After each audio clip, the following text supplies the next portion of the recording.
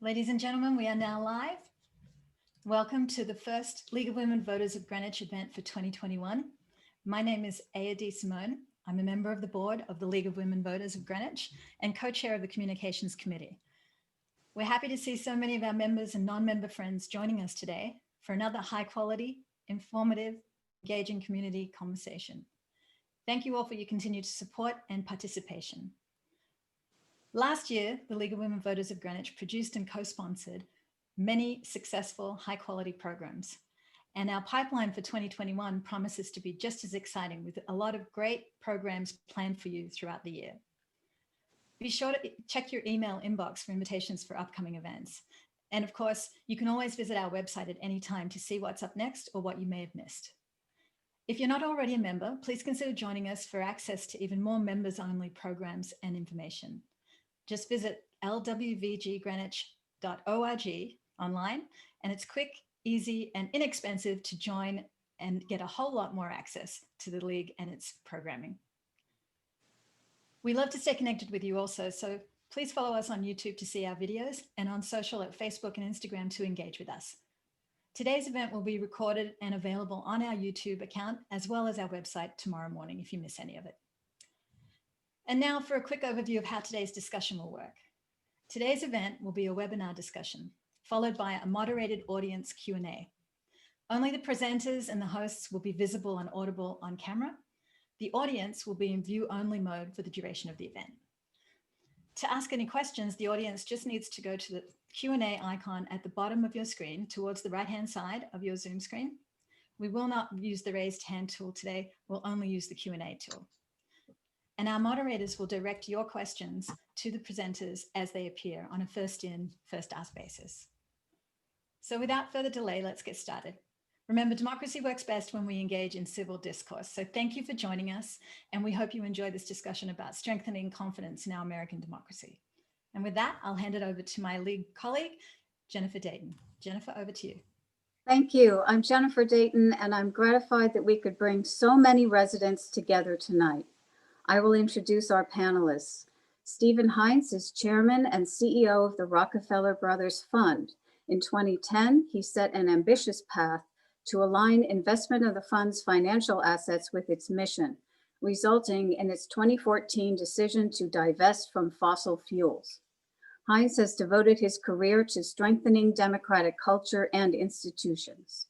In 2018, he was named by the Academy of Arts and Sciences as one of 3 co-chairs of a national commission on the practice of democratic citizenship. Before joining the RBF, Heintz co-founded Demos, a public policy organization that works to reduce political and economic inequality. He served as executive vice president and chief operating officer for the East-West Institute in Prague during the 1990s.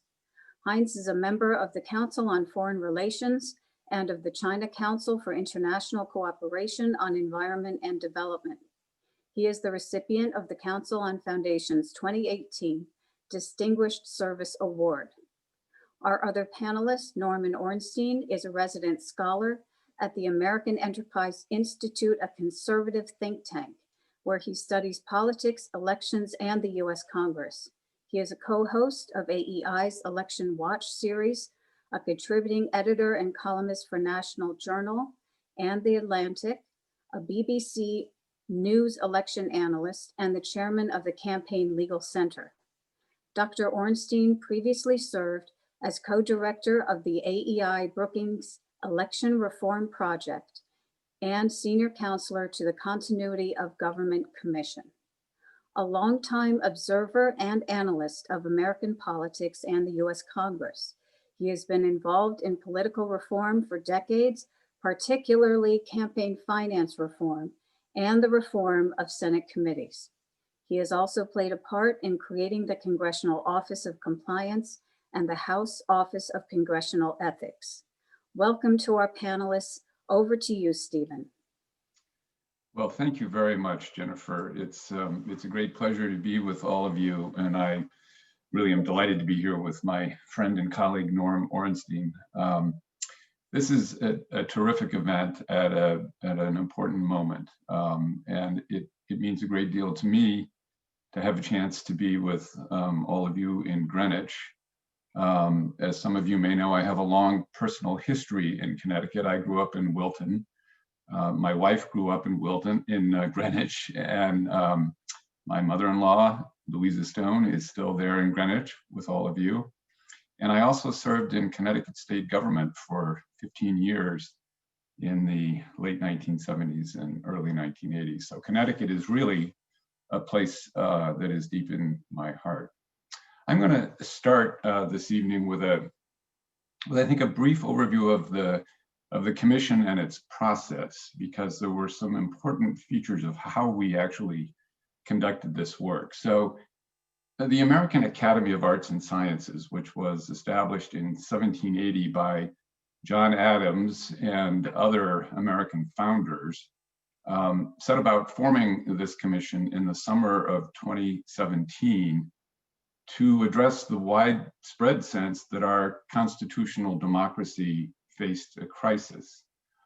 It was a crisis that predated 2016. In fact, it's been decades, I think, in the making.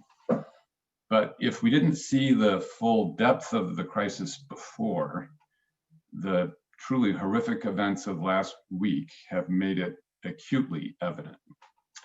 The commission has 35 members. It's a very distinguished and very diverse group of Americans that come from all sectors of our society: academia, the nonprofit sector, journalism, government, etc. And also, importantly, across the ideological perspective.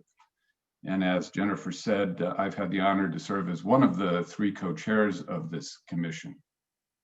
The commission did a lot of the things that national commissions often do. We gathered a lot of data and analyzed it. We scoured the literature and read widely about political reform. We consulted with a lot of experts, but we did something else that was even more important in my view. And that was, we set about to listen to American citizens. We conducted nearly 50 listening sessions across the country, running the gamut from cadets at the Naval Academy in Annapolis to Somali refugees in Lowell, Massachusetts, conservative leaders in Jackson, Mississippi, municipal employees in Los Angeles, really all across the great diversity of this country, geographically and in every other way. And the voices of these citizens really informed our process at every stage. And I hope that if you have a chance to read our common purpose, you'll see that we quote these citizens throughout. So we published the report in June of this year, and we've been enormously gratified so far by the attention it has received. I'll just mention now that we've fulfilled requests for over 13,000 hard copies of the report and nearly 20,000 downloads of the PDF version and tens of thousands of visits to our website. So it's clearly the runaway bestseller in the history of the American Academy of Arts and Sciences. Writing in the New Yorker recently, Evan Osnos referred to the report as, quote, the civic equivalent of the 9/11 Commission report, a blueprint for avoiding another political catastrophe. So before we get into the recommendations, the specifics, and our plans to achieve them, I want to turn to Norm with a few questions, and I'm going to start with 3, Norm. So first, when you were originally approached to join the commission, what persuaded you to say yes? Second, what were some of the challenges facing American democracy in 2018 as you saw them and that informed the commission's work? And what thoughts do you have about the state of democracy today? And what were your personal aspirations for the commission, and how do you think we've measured up to them? Great question, Stephen. So let me start. I've been a member of the Academy since 2004 and actually led an effort which was in some ways a small predicate to what the commission did. It was an effort to look at American institutions and the common good. looking more at institutions, while the focus of the commission started with citizens. It really was about the nature of citizenship.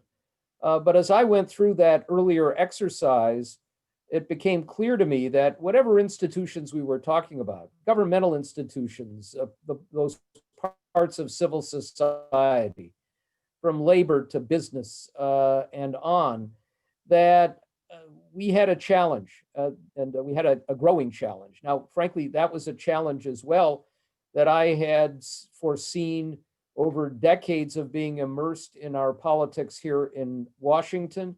My friend and colleague, a member of the Academy for longer than I have been, Tom Mann, and I wrote a book in 2006 called The Broken Branch about how Congress was failing America and moving away from the need to have debate and deliberation on the common good, and away from what we call the regular order in the process. We then wrote a book in 2012 called It's Even Worse Than It Looks, revised in 2014 to It's Even Worse Than It Was. And through all of this, we saw that not only were we falling into a pattern of polarization in our politics, which has been evident for some time, and it's something that has many, many causes that go back really to the 1960s. But the reality is you can be polarized and still have a society focused on the common good with just different points of view about how we achieve it. But we were becoming tribalized, and that started in Washington and then metastasized to states and to the public as a whole. And if you're tribalized, you no longer look at those with different points of view as worthy Americans who just may be misguided, but we can find ways to work together, and instead view them as the enemy trying to destroy our way of life. We saw this as being somewhat asymmetric, but that's a different topic. And through all of that, I was becoming more alarmed with where the country was going. So when the Academy moved to do this and started with just three of the best co-chairs that I could possibly imagine, not just Stephen, but Danielle Allen and Eric Liu, there was no way I could say no to being involved. Another reason was that I've devoted a good portion of my career to looking at a lot of the areas of political reform that we were going to consider and take up. Going through this process was an illuminating one because it was different from most commissions. And you touched on some of it.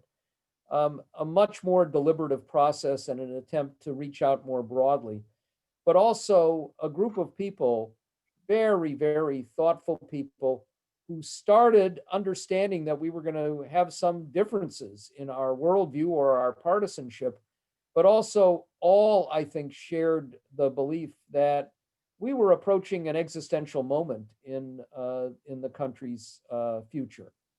And knowing that we wanted our recommendations to be unanimous where we could achieve them, but also understanding that that meant that we might not be able to accomplish all that some of us individually wanted, but also recognizing something else. And that's, I think, key to where we are and where we're going. Our problems are not just structural ones. There are real structural anomalies, and they're growing. The framers' model was set during a very different time in the country and the world. Just to pick one example, the ratio of population between the smallest and largest state was 10 or 12 to 1 at the time that the Constitution was put together, and it's now over 70 to 1. And so some of the ways in which we tried to resolve the differences are that were a balance have grown into a much greater imbalance. But it's also a recognition that the problems are cultural. And not just structural. But for me and for many of the others, I think also a recognition that you have to start somewhere. And recommendations that focus on culture may have to start with making some changes in structure. Changes in structure may help us bring about what we need in the culture, but also alert people to the realities. And this is another thing, I'll get to your third question in a moment.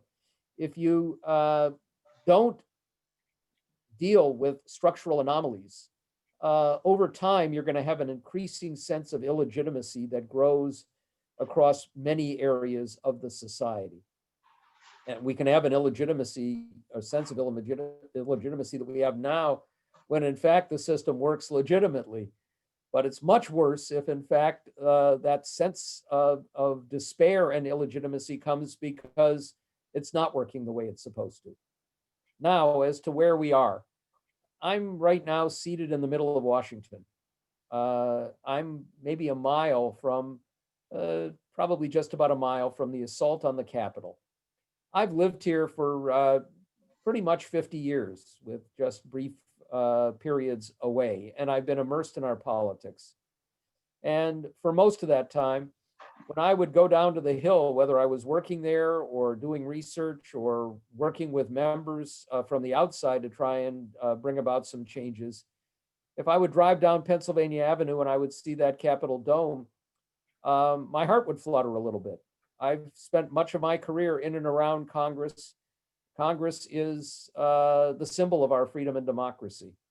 One of the things that I've done along the way that Jennifer just briefly alluded to is work for years in the aftermath of the 9/11 assaults, because I understood that United 93 that crashed in Pennsylvania was headed for the Capitol dome. Wasn't headed for the White House. We know it now definitively, because the terrorists knew that if they could hit the symbol of American freedom and democracy with the Statue of Freedom at its top, they could decapitate our government and decapitate Congress.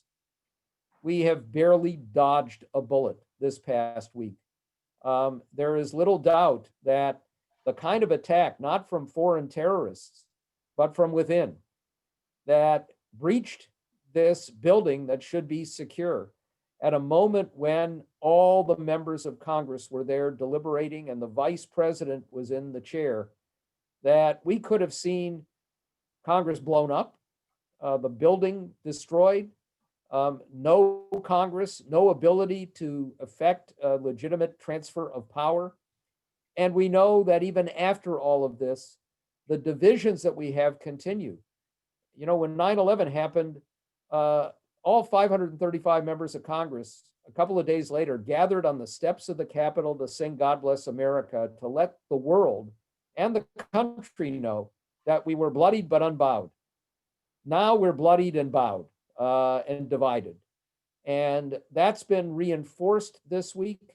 Now, a little less in a sense, when Donald Trump was first impeached, there was not a single Republican in the House who joined in that effort. Today, there were 10. It's a small number, but it is the most bipartisan impeachment in the history of the country of a president. We've had a very different attitude expressed by many members. Maybe we're a little bit more jolted into understanding how easy it is to lose that fundamental freedom that we have. And I think even more important to double down on our common purpose and on the reforms and changes that we talk about there. We have to be sure we can make them bipartisan, and that's still going to be a heavy lift.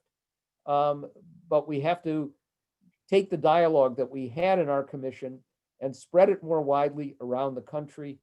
If people focus on the fact that we are in a dangerous point in our country's history and that we could all lose, that it really is divided we fall time, maybe we will get a broader support for what we're trying to do. Yeah. Well, thanks, Norm. You have really introduced this work extraordinarily well, and I want to now kind of move to the specifics. You've given us the diagnosis and the urgency of where we are, and I'd like to just spend a couple of minutes talking about the way we've structured our recommendations. So first of all, as Norm has said, it's clear that we have structural flaws, and there are needs to reform our political institutions and our political processes. But we came to conclude in the work of the commission that reforming our political institutions was necessary but insufficient. If we don't also address weaknesses in our civil society and in our political culture, our civic culture, we actually won't have the democracy that we need for the 21st century. We concluded that when things are not working well in any one of those three domains, political institutions, civil society, or civic culture, the democracy is weak. And we need to work on them simultaneously and together, and we need to work on them urgently. We also concluded that our democracy has grown anachronistic, that it is in many ways unable to manage the kinds of 21st century challenges like the COVID pandemic or climate change that we're facing. So we decided it wasn't sufficient to reform our democracy. It is essential that we reinvent it for the requirements of this century. So our recommendations cut across these three domains: political institutions, civil society, and civic culture. And I'm not going to go into all of them. I'm just going to highlight a few. There are 31 specific recommendations in our common purpose.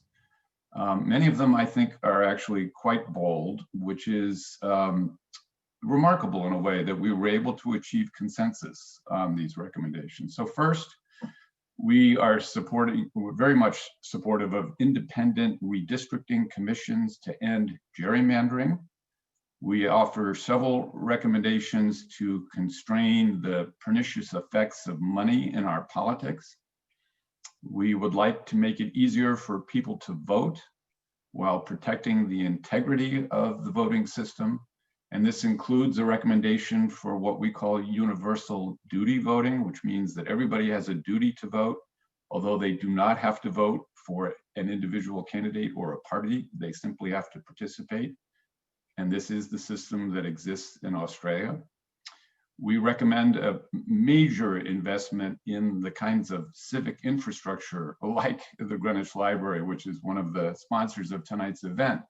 The kinds of civic spaces where people do gather for these kinds of conversations and meetings and work together in communities. And these are the places in civil society that make our communities resilient in times of crisis. We also call for a major reinvestment in civic education opportunities for Americans of all ages, not just school children, but adults as well, and not just curriculum in educational settings, but experiential civic learning. And we would like to see a major commitment to national service, to create a culture of service in our society and provide opportunities for more Americans to leave their bubbles, their social, economic, and political bubbles, and work side by side with fellow citizens who are different from them. We propose a tax on digital advertising to create a public fund that would support local journalism, which, as you know, has really been devastated in recent years, and also to support experiments in social purpose social media, because we understand that social media has had many positive benefits, but it has also really eroded our understanding of the truth and our ability to work together across lines. And to, the spread of misinformation is just a very serious threat to our democracy. So these are just a few of the recommendations. And there were some, although we achieved consensus on 31, there were some where we couldn't achieve consensus. And I know one of them is of particular interest to the League of Women Voters, and that's the elimination of the Electoral College. And Norm, I'm wondering if you might speak to this question a little bit and explain why we weren't able to achieve consensus on this, and share your own view about the Electoral College. Absolutely, Stephen. Let me start by saying that in the 44 elections from when we really first began to count popular votes in a serious manner, 1824 through 1996, there were arguably one or two only in which it was clear cut that the president who was elected had lost the popular vote. Since then, 2 out of 5, and we know that there are likely to be more. And we know something else, which is that by 2040, 70% of Americans will live in 15 of our 50 states. 50% will live in only 8 of those states. And that means that the distortions that the Electoral College provides, giving more weight to smaller states, will grow. And so it's a challenge, but a challenge that has a few avenues to ameliorate it. Certainly the most direct avenue would be a constitutional amendment to simply eliminate the Electoral College. Our members were divided on this front. There are some who are still tied to the idea of the Electoral College, that it is something that distinguishes America from other countries, that it gives weight to smaller states, and that a constitutional amendment is, after all, a heavy lift. I think there's a partisan element to this, which was not as significant in our deliberations, but which is clearly out there. And you could see that in the reflections of actually some of the Republicans in Congress now, who have very flatly said, if we give up the Electoral College, we will never win another presidential election. I don't think that's accurate. In fact, my own view is that it would be one of the most healing things that we could do, because the imperative to appeal to a majority of Americans instead of falling back on a minority where you can win because of the distortions would actually be a very positive thing, but we're not there at this point. Now, there are other mechanisms that we talked about, one of them being something, actually, I was on a call this morning with a group making every vote count. And that's the National Popular Vote Compact, where we have just about 200 electoral votes signed up, trying to reach the goal of the 270 that make a majority, which is that states pass laws saying that once you've achieved the majority, that those states which control the Electoral College would direct their electors to vote for the winner of the national popular vote. We ended up talking about this a lot, but really moving in a slightly different direction, a more indirect way, but a way that actually solves more problems than one, or at least ameliorates them. And that was to enlarge the House of Representatives. Right now, the voters of Wyoming have a huge advantage in their power to select a president over the voters of California. They have 1/70th of the population of California, but about 1/20th of the votes when it comes to the Electoral College. The House has not been enlarged since 1910. In 1929, as we approached the 1930 census, Congress passed a law capping the size at 435. To be blunt, the fundamental reason that they did this dragged their feet from 1910 on, from doing what had been done with every census before that, which is to adjust the size of the House depending on the population shifts. It was an ages-old thing. As more and more African-American voters moved into areas where they were going to get more seats, the conservatives and pro-segregationists decided that they wanted to put a halt to that. Now, that's not the only reason to enlarge the House. Our districts are so big right now, and they do not reflect the diversity of the country in any effective fashion. We can make members move closer to the public as a whole. But the fact is, if we enlarge the House by, say, 100 members, then we're going to dilute somewhat, because those seats mostly are going to go to the states where population has increased, the distortions of the Electoral College. So we can improve representation and reduce those distortions. It's not the big step that many of us would like to take, but it's a very positive step if we could achieve it. And it can be done by legislation, not by requiring a constitutional amendment. Yeah, exactly. It was really interesting to me that this was probably the most important recommendation where we couldn't achieve consensus. And I think, as you were saying, Norm, that a good part of the reason is that some members of the commission still feel that the Electoral College system is one of the checks and balances in our constitutional democracy.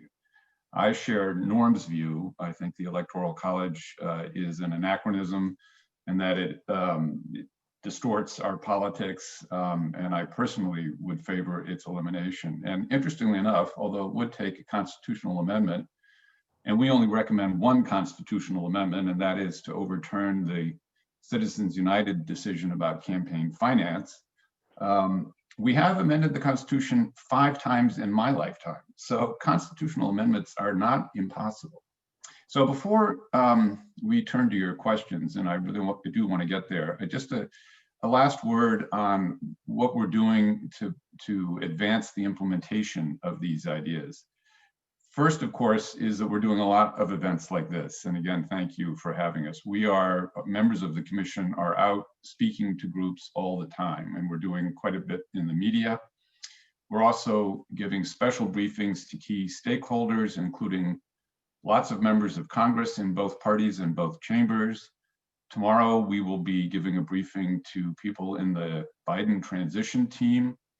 We have been building a coalition of champion organizations to advance the individual recommendations, and they are working in states and at the national level.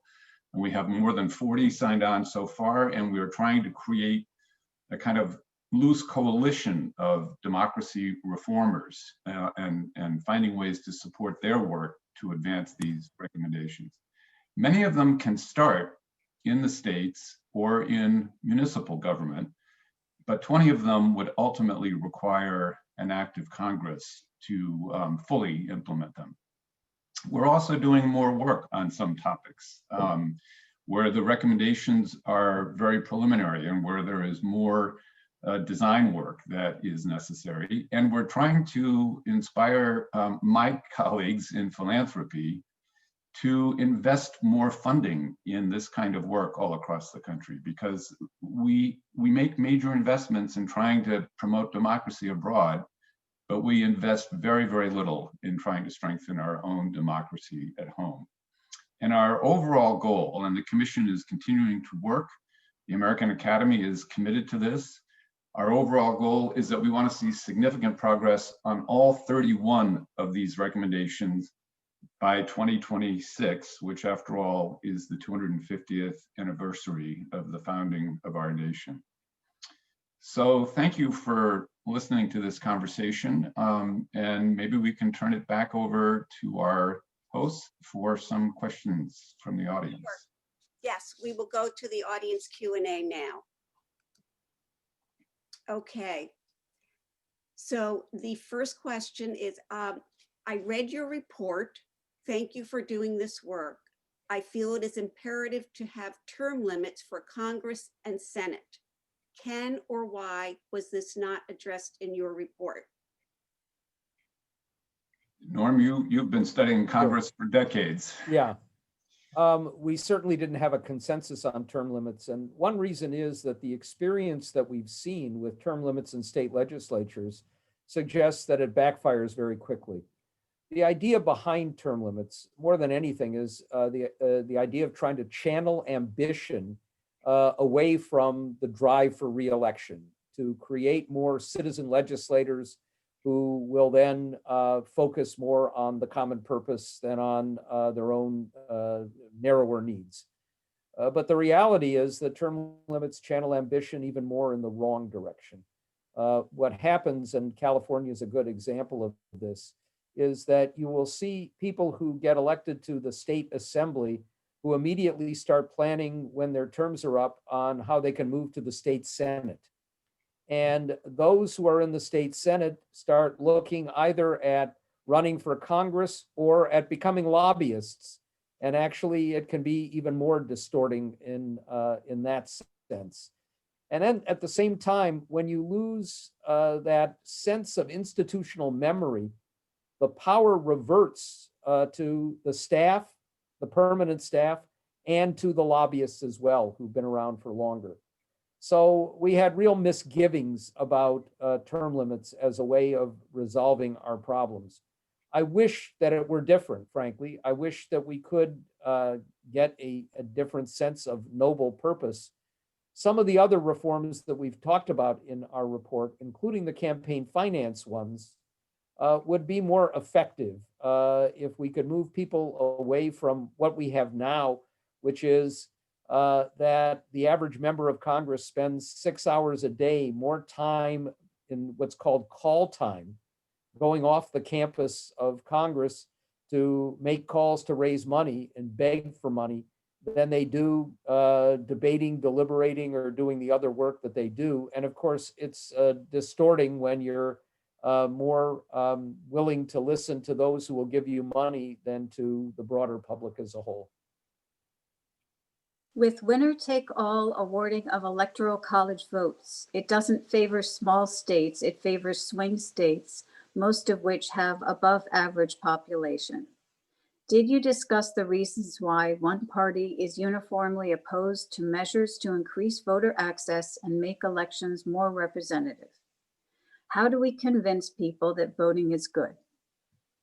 Yes, well, we certainly discussed this at great length, and many of our recommendations address the voting system and efforts to make voting both easier while protecting the integrity of voting and reducing voter suppression, et cetera, and eliminating barriers. There are just some systemic barriers to being able to participate.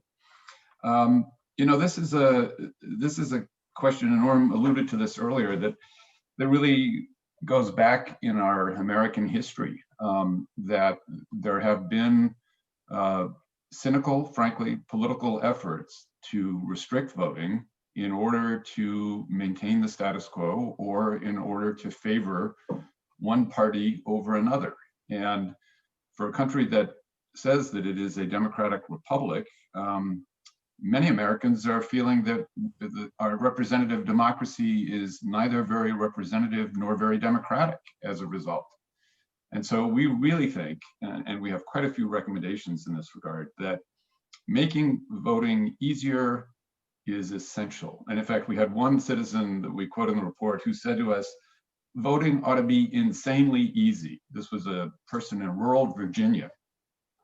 And I think he's right. You know, we don't want to have abuse in the voting system, but we want a highly reliable voting system, but we want to make it easy for people. We want voting to be something that is both a citizen responsibility, but also a joy and something that people take pride in, as many of us do. So we recommend making Election Day a national holiday. In fact, we suggest that it should be on Veterans Day, which is already a holiday, and thereby we're honoring the veterans who have, you know, served their nation in honor of our democracy and letting people vote. We recommend universal voter registration so that registering to vote becomes automatic. We talk about making voting a universal duty like jury service. And you know, all of these things would improve access to the ballot and overcome some of the distortions that we have. Let me just add a couple of things there. First, the questioner is right that the sort of folklore that small states benefit from the Electoral College is simply false. The two senators from North Dakota have tried to make that point. If you take away the Electoral College, nobody will pay any attention to us.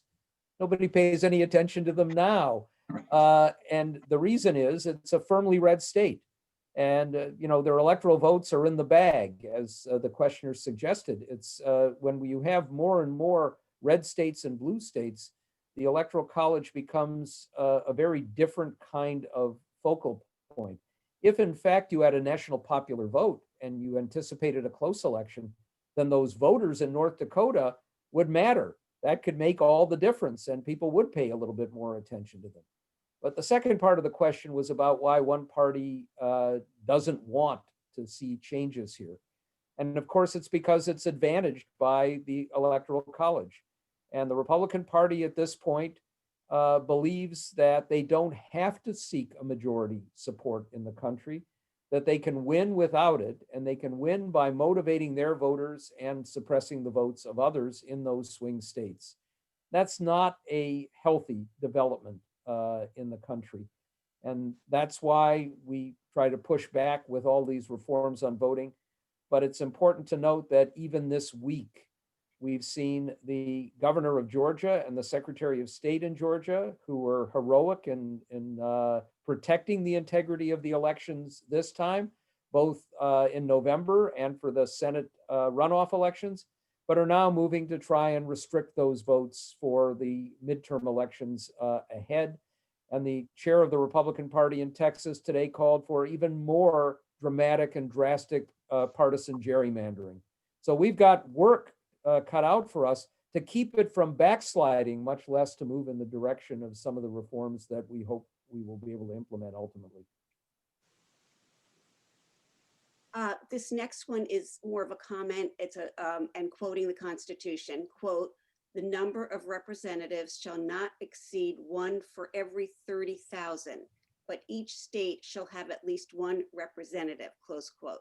U.S. Constitution, Article 1, Section 2, Clause 3. And then says, today each district has over 700,000 people. Yes, that's absolutely right. And Norm spoke to this earlier. You know, Norm talked about the legislation in 1929 that expanded the size of the House from 65 members to the current 435 members. So this change can be made. The Constitution provides that this can be done by an act of Congress, which is one of the reasons why expanding the House is an attractive recommendation. But it is true, you know, going from a Congress that truly represented the people to the kind of mass relationship between members of Congress today and their constituents is just not a very representative democracy. In the United States, particularly post-2008, there's been a disturbing decrease in the number of certified school librarians in public schools. How can we expect to educate information literate citizens when we have cut the front line of media specialists from our schools? How about legislating that every school must have a certified media specialist? Well, it's a very interesting idea. Having served in state government, the one hesitation that I would have is that if you're going to adopt a mandate like that, you also have to be willing to finance the mandate. And this, you know, gets into local budgets like the Greenwich municipal budget and the education funding. So I think it's a perfectly reasonable idea. If our kids are going to be literate in the world of digital knowledge, we're going to have to be investing more in our public libraries and our school libraries in order to equip them with that education and knowledge and experience. And I think the public libraries become also extraordinarily important here. You cannot, as a citizen, thrive in this country without access to high-speed internet.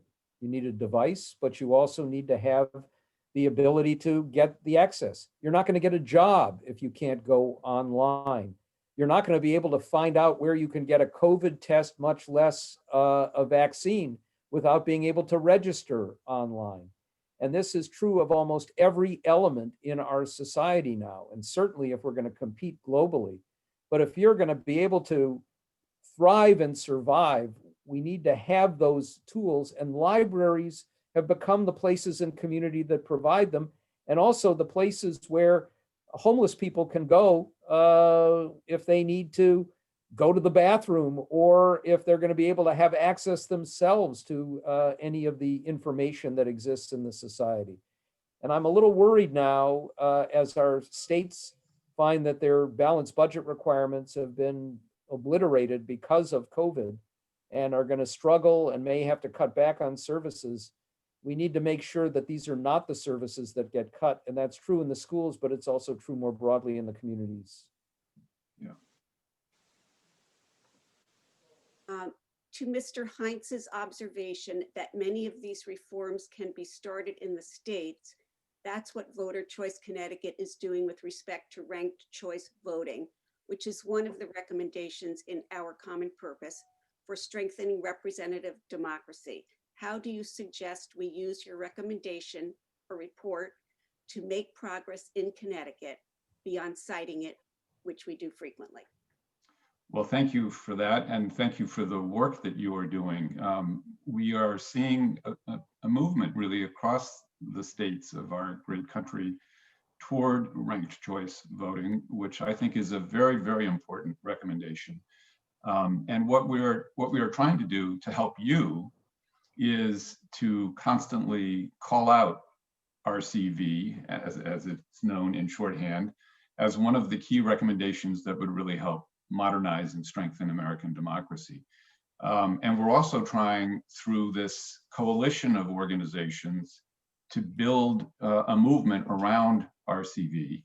And we'd love to chat with you about how you can join this coalition and what we can do to support you. And then finally, we're also trying to raise additional funds to support groups like yours so that you have the resources to really carry out, you know, the education, public education and advocacy campaigns that are necessary to accomplish these kinds of reforms at the state legislature. I have another one. At what point, though, does the size of the House make it unwieldy? Is there any research or examples of this? If you had 10,000 representatives, 1 per 30,000, then the House would need to elect its own House.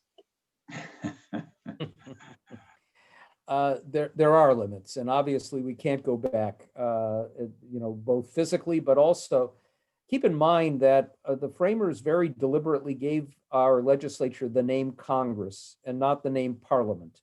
It comes from the Latin word meaning to come together. Parliament, of course, is from the French word parler, and it reflects a parliamentary system where the real power is in the hands of that small group of the government. And the parliament exists to implement the government's policy, and the speaking is about the question period that we all know about. We were supposed to come together and meet face to face to debate and deliberate, to put yourself in other shoes, knowing that there'd be people who would have legitimate viewpoints because they represent different kinds of people with different interests. So we have to strike a balance here. I actually think that while, you know, to achieve our consensus, we talked about 50 to 100. There's a formula that's been proposed by former Representative Tom Downey that makes a lot of sense to me, which is that you set the size of the House, the appropriate size of the House, as the size of the smallest state, which now would be Wyoming at 592,000. And that would mean adding about 170 to 180 members. We could barely handle that with the physical plant that makes the Capitol. It would move us further away from that face-to-face, but still is within the range. And if we add to that, adding some, allowing, as we do in our report, some multi-member districts, which is just changing a 1967 law that says only single-member districts, and bring in ranked choice voting, we might get a better range and more representativeness, less of a sort of uniformity in the districts that we now have, that would add to the representativeness of the House itself. So a lot of these reforms could work in conjunction. Citizens United has taken the common voters' power away. I feel that I cannot compete with my vote against Microsoft, Apple, etc. What is being done to repair the damage caused by this disastrous Supreme Court decision? Well, this is the one recommendation that we make that is a recommendation for a constitutional amendment.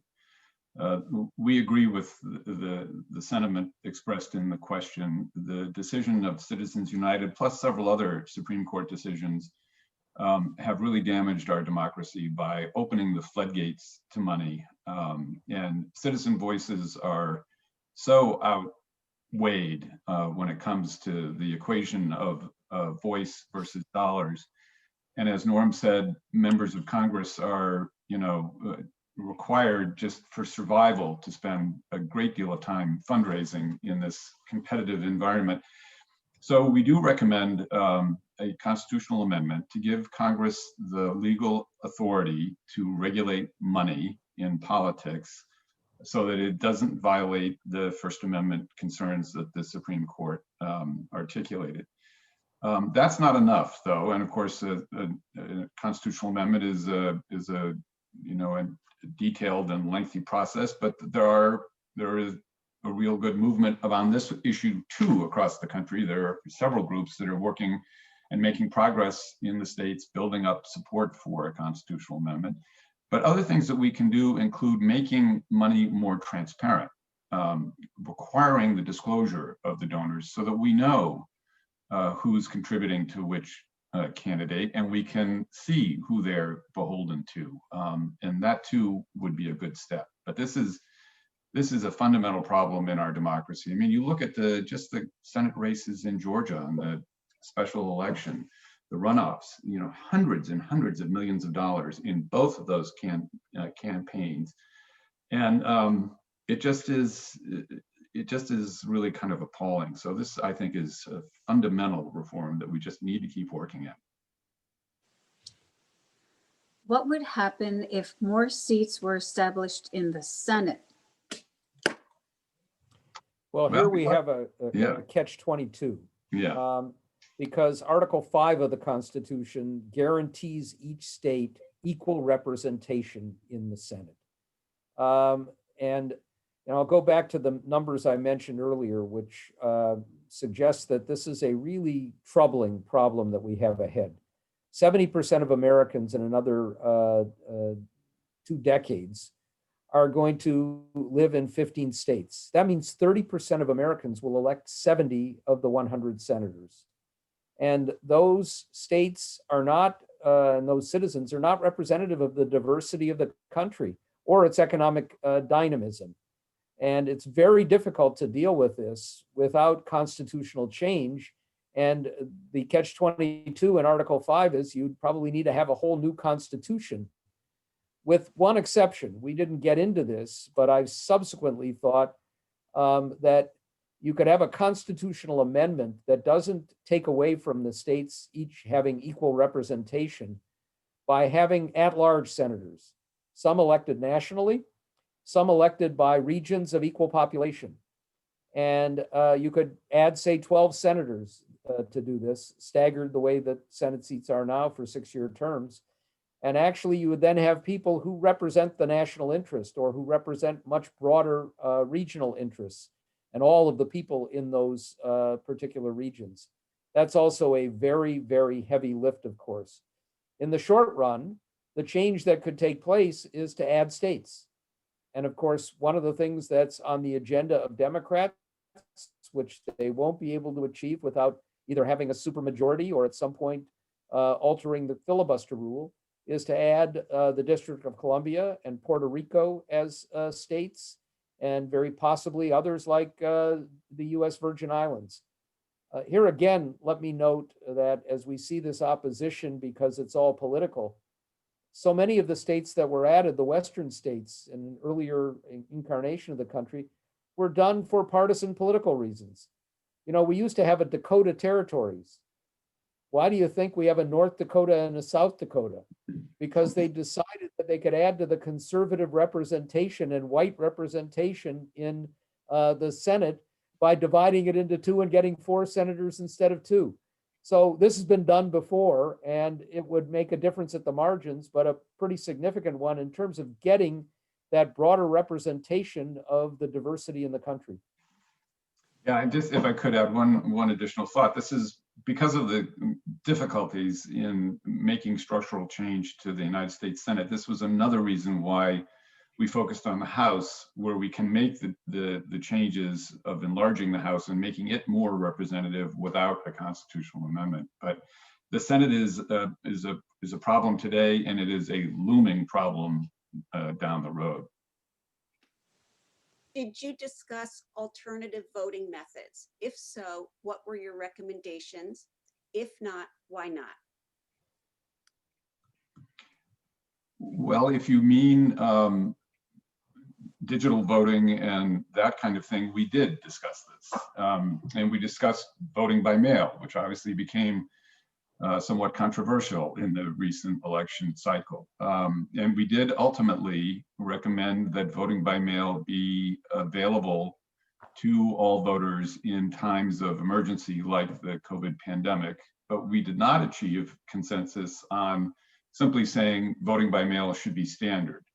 There were still, although several states have been doing this for a number of years, where there are only mail-in ballots, for example, and they have very, very, minimal, almost no examples or cases of fraud. If people on the commission felt that we're not quite ready to move to digital voting, online voting, or even universal ability to vote by mail. So that was another area where we couldn't achieve quite the consensus that some of us had hoped for.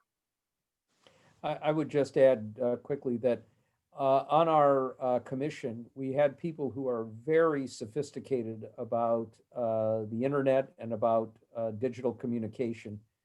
The consensus there, and I think it's been reinforced by this hack of all of our government agencies that may put us in deep jeopardy in other ways, is for whatever controversies we have about the sanctity of our voting system, of voting machines and the like, they are magnified if you move to voting on the internet. So our focus has been finding ways to make people, to make it easier for people to vote without distorting the system too much in the ways in which we do it. Yeah. Here's an interesting one. Our local municipal body, the RTM, has at times been criticized for its size, 230 members. However, it is often the first experience our residents have in the civic process. Based on your comments on expanding the House, do you think large municipal bodies like ours actually increase engagement? Should municipalities and state legislatures consider expanding representation, or is it specific to Congress? Well, being an old Connecticut hand, I am familiar with the RTM process, and I happen to be a fan of it for exactly the reasons the questioner suggests. I think it increases participation. It brings more voices into the debate of important local issues. It is, a place where we can learn the habits of the heart of democracy. How do we work with people? How do we, one of the points of all this work is that democracy itself is not just a system of making decisions. It is a culture. It's a way of behaving. It's a way of solving problems. It's a way of compromising and making progress. And you learn those things by participating in the democratic process, whether it's voting or being on a local board or a commission or running for a representative, a representative body like the RTM. So I am a big fan of it. Let me just add, this is a point to give a shout out to another of our broader recommendations, and that's for national service. We want people to get engaged in the society and engaged in all of these processes, political, social movements, and otherwise. And if we can get young people to spend a year doing some kind of national service, and some of that might be working within bodies like these municipal organizations, that might go a long way towards making people understand that we are interconnected and interrelated as a society, and that we all should give something back if we want it to work better.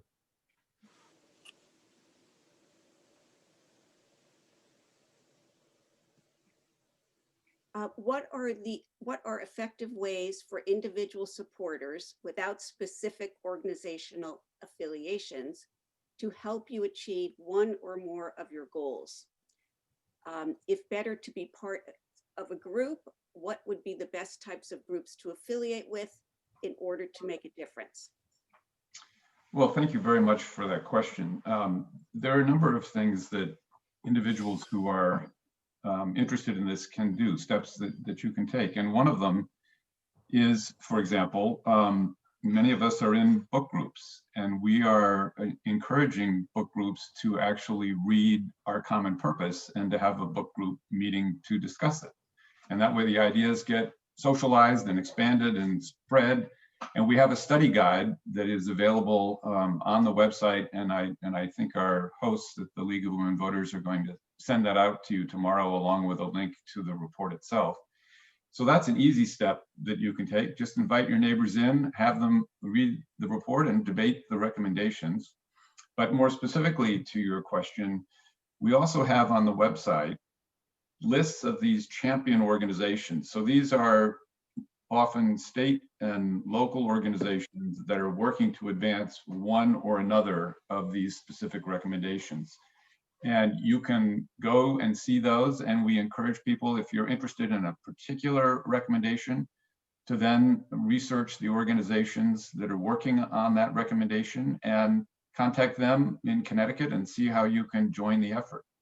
And we also hope that you'll raise these questions with Jim Heintz and your senators and talk to them about the need for reforms of our democracy. I know from our own work in Congress that there is a real awareness that this is a moment of real urgency. And I think that the more they hear from their constituents about the need for reform, the more progress we will make.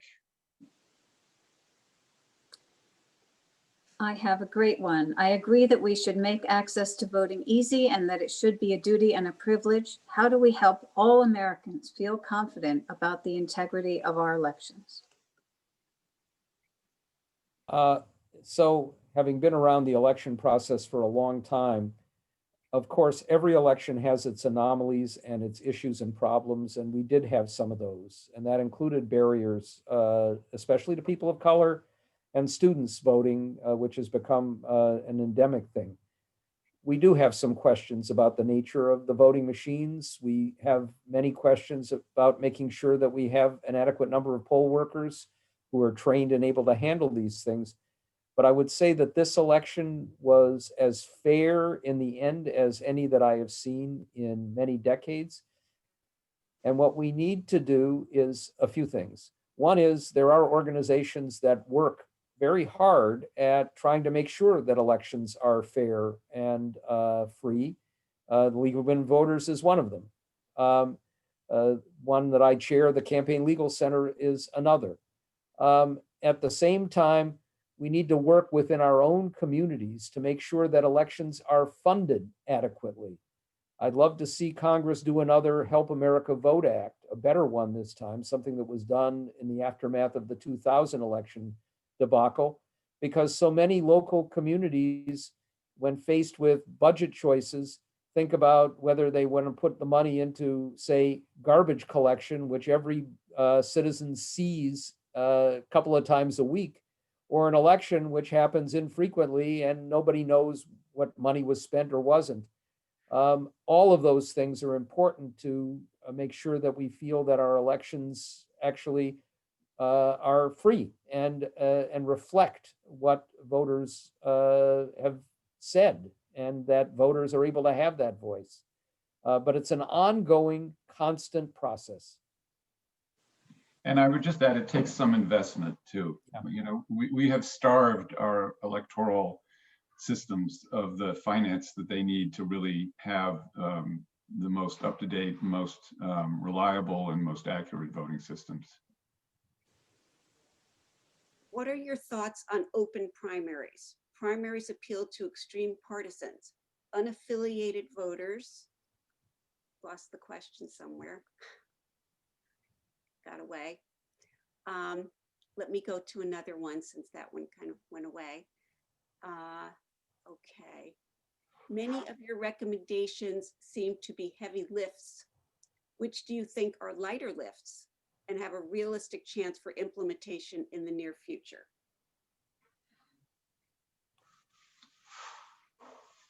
That's a tough one to answer. Obviously, a constitutional amendment is the particularly heavy lift. I think in a lot of areas, and this may be true in Congress ultimately, some of the reforms that we've suggested to make voting work better and easier may be a little closer than I would have feared otherwise. For example, moving Election Day to Veterans Day. so that it becomes a holiday that already exists and you don't have the additional cost of a new holiday.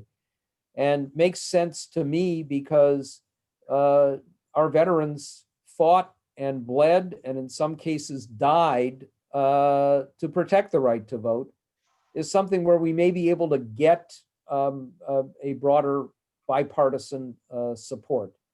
I think there's bipartisan support for national service. And we've got at least a possibility of having something like that occur. Other reforms, including the campaign finance side, are not going to happen so easily. A quick word on open primaries. It is the case that if you leave a significant number of citizens out of selecting candidates, which is a critical part of an election, it becomes more difficult for them to accept the legitimacy of the system.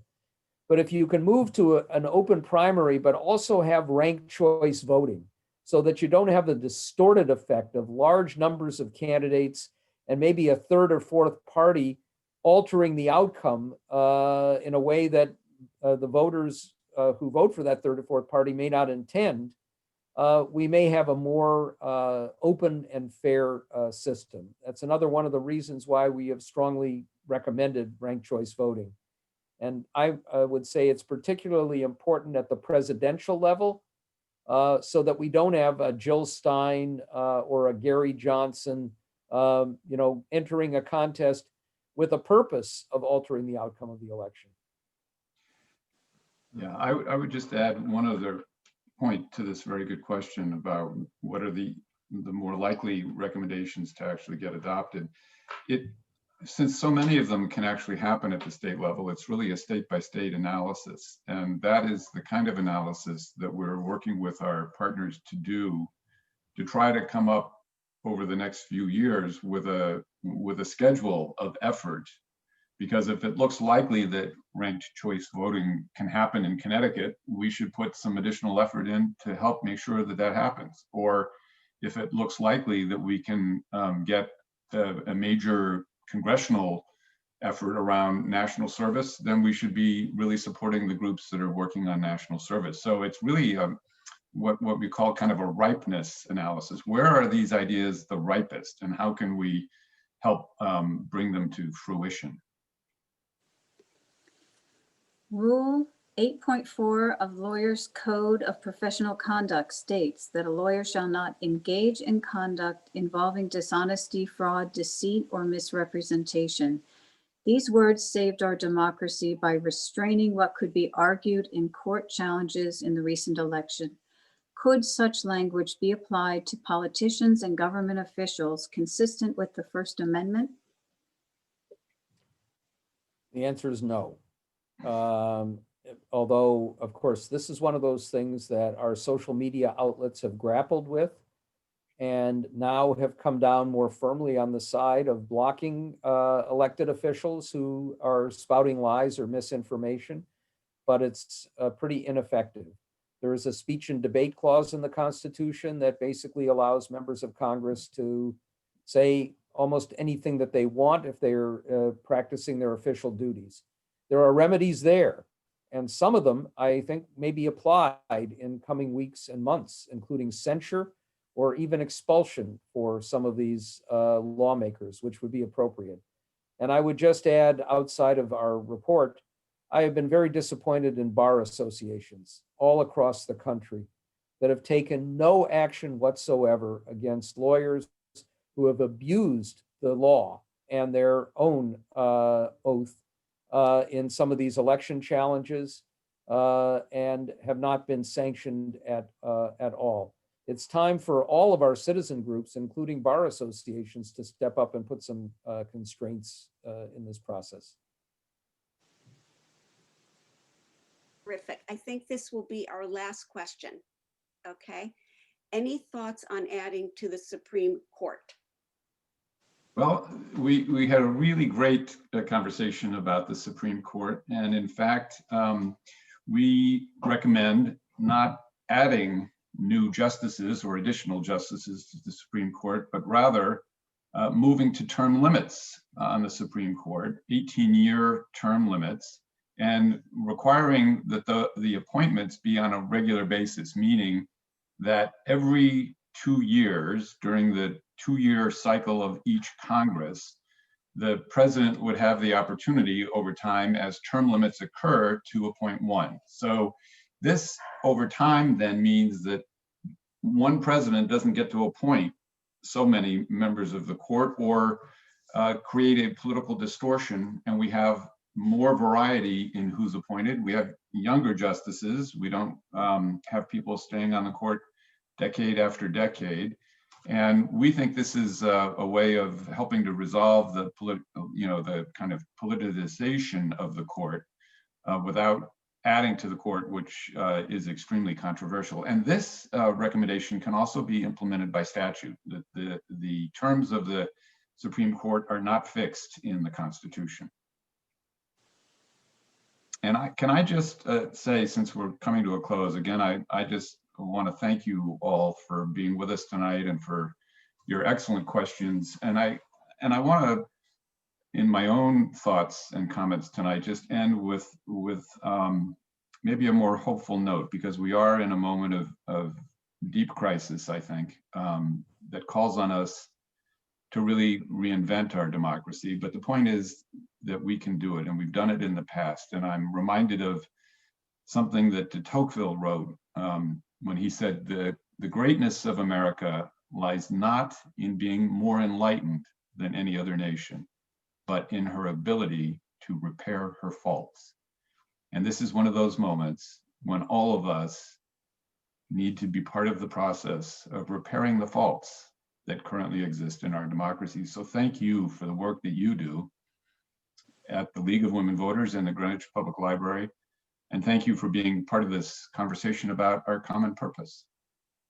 Thank you very much. And on behalf of the board of the League of Women Voters of Greenwich, I'd like to conclude by thanking you very, very much for a very informative and engaging presentation. This is a topic of paramount importance to all of us, and we appreciate all the work that has gone into creating your report. We are equally grateful to you for taking the time to share the findings of the Commission's report with us this evening. You have provided an abundance of food for thought. So thank you very much to both of you and to everyone for attending. Good night. Thanks. Good night. Good night.